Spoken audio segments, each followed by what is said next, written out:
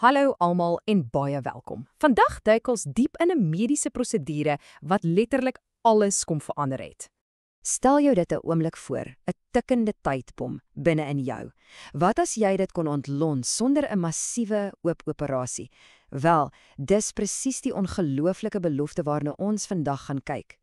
Goed, so hier's ons padkaart. Ons gaan eers kyk na die stille bedreiging wat in die aorta skuil. Dan spring ons na die revolusionêre oplossing wat met minimale ingryping werk. Ons gaan dit direk vergelyk met die ou oop chirurgie, vra wat gebeur as hierdie nuwe oplossing begin lek, en dan sluit ons af met hoekom lewenslange waaksaamheid so krities is. Reg, kom ons begin by die begin, die probleem self. Dit word 'n abdominale aorta-aneurysme genoem, of sommer net AAA verkort. En wat dit basies is 'n gevaarlike uitbulting, amper soos 'n ballon in die aorta. Onthou, dis die hoofslagaar wat bloed van jou hart na die res van jou liggaam toe stuur. Die beste manier om hieraan te dink is soos 'n swak blik in 'n ou tuinslang wat begin uitbult onder die druk. Daardie bult kan enige oomblik bars en in die menslike liggaam, wel, so bars is dikwels katastrofies. Hierdie lewensgevaarlike risiko het dokters en ingenieurs gedryf om 'n beter, veiliger behandeling te soek. So, hoe beveg ons dan hierdie stille bedreiging? Wel, die antwoord lê in 'n tegniek genaamd endovaskulêre aneurysme herstel, of sommer net EVAR. En dis 'n ware revolusie, want dit skakel die behoefte aan daardie massiewe oopsny in die maag heeltemal uit. Nou, wat vir my regtig fascinerend is hier, is hoe blitsvinnig hierdie idee ontwikkel het. Van die heel eerste konsep in die middel 80s tot die eerste keer wat dit vir 'n aneurysme gebruik is, net 2 jaar later. Dr. Parodi se werke in 91 was die groot vonk en teen 1999 was die eerste toestelle amptelik in Amerika goedgekeur. In die mediese wêreld is dit ongelooflik vinnig. Maar, jy weet, die pad was nie altyd maklik nie. Die heel eerste weergawes van hierdie oorplantings, wel, hulle het ernstige probleme gehad. Hulle het rondgeskuif binne die slagaar, die metaalraamwerke het gebreek, maar dis belangrik om te onthou dat juist daardie vroeë mislukkings gelei het tot die ongelooflike vooruitgang wat ons vandag sien. Beter materiale, aktiewe fiksasie met klein hakies wat in die aortawand vashak en modulêre ontwerpe wat byna enige persoon se unieke anatomie kan pas. En dit bring ons natuurlik by die groot tweestryd, die nuwe blink EVR-tegnologie teenoor die ou, beproefde, tradisionele metode van oop chirurgie. Kom ons sit hulle teen mekaar en kyk wat gebeur. Goed, die fundamentale verskil lê in die benadering. EVR gebruik klein snytjies in die lies om die toestel op te stoot, terwyl oop chirurgie 'n reuse sny in die maag vereis. Dit beteken, ja, EVR-pasiënte herstel baie vinniger en is gouer weer op die been.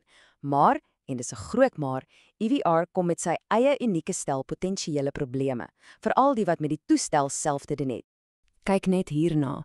Hierdie data uit die bekende EVAR-1-studie is regtig treffend. In die eerste 30 dae na die operasie was die sterfterisiko vir EVAR amper 3 keer laer as vir oop chirurgie. Dis 'n reuse korttermyn voordeel en die hoofrede hoekom EVAR so vinnig die gewildste opsie geword het. Maar, hier's die ander kant van die saak. Soos die DREAM-studie wys, oor die langtermyn is die prentjie 'n bietjie anders. Na 12 jaar het byna 80% van oop chirurgie pasiënte nog geen verdere operasies nodig gehad nie. Vir iewers-pasiënte was daai syfer heelwat laer, net so oor die 62%. So wat sê dit vir ons? Die toestel wat jou lewe in die begin red, het dalk later 'n bietjie onderhoud nodig. En hierdie skuifie, wel, dit bring daai langtermynrealiteit regtig tuis. Die 15 jaar data van daai selfde EVAR-1-studie wys dat die vroeë oorlewingsvoordeel van EVAR na so 8 jaar begin verdwyn. En daarna het die ook chirurgie-pasiënte selfs 'n effens beter oorlewingskans gehad. Dit los ons met 'n kritiese vraag: hoekom?